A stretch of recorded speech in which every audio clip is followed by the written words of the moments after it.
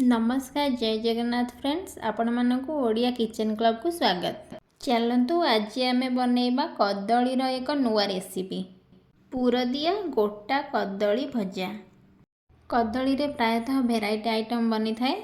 ये आइटम गोटे थर बनै खातु देखिए बार बार बनै खाइबा को इच्छा हेबा। पूर बनैबा पई एठी मु नेछि 8 रु 10 कोला रसुण, गोटे स्मॉल पियाज, 3टी सुखिला लंका, 1 स्पून जीरा, 1 स्पून सोरिष।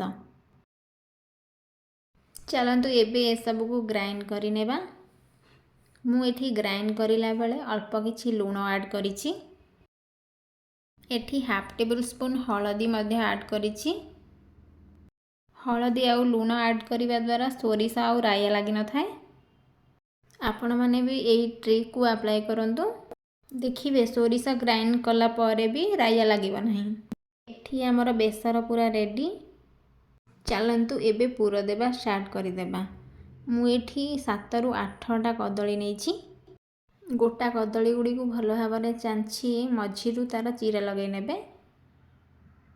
ए देखंतु मु जेमिति चीरा लगैछि। हाँ मने रखंतु कदली को चांचीबा परे हळदी पानी रे निहाती भाबरे बुडै रखिबे। हळदी पानी रे रखिबा द्वारा कदली कळा पड़ी न थाए। देखंतु सबु कदली रे मु एठी पूरा दे देछि। चलंतु एबे गोटिए कढ़ई रे अल्प किछि पानी गरम करी किछि लूण ऐड करिबा।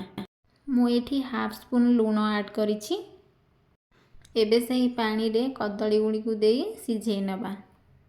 कदली गुडी को भलो भाबे सिझिबा पई मु एठी लीड कवर करि नेछि एवं 5 मिनिट पई ताकू सिझेई देछि। 5 मिनिट परे लीड ओपन करी देखिबा। देखंतु एठी पूरा कदली सिझी जाइछि। याकू गोटिए जगह को काढी नेबा। चलंतु गैस फ्लेम ऑन करी गोटिए कढ़ई बसेबा।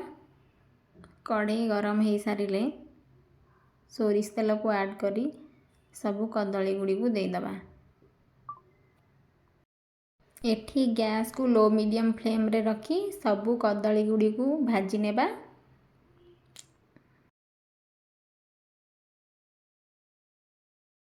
वन साइड कदली हो सारी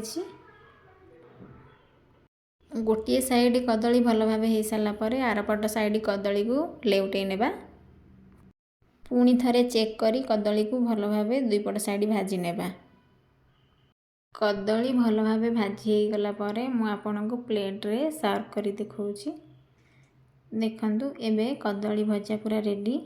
आपण माने एमिति पूरा दिया गोटा कदली भजा बनांतु एवं पखाळ भात गरम भात सहित सर्व करी खांतु। रहुछि धन्यवाद।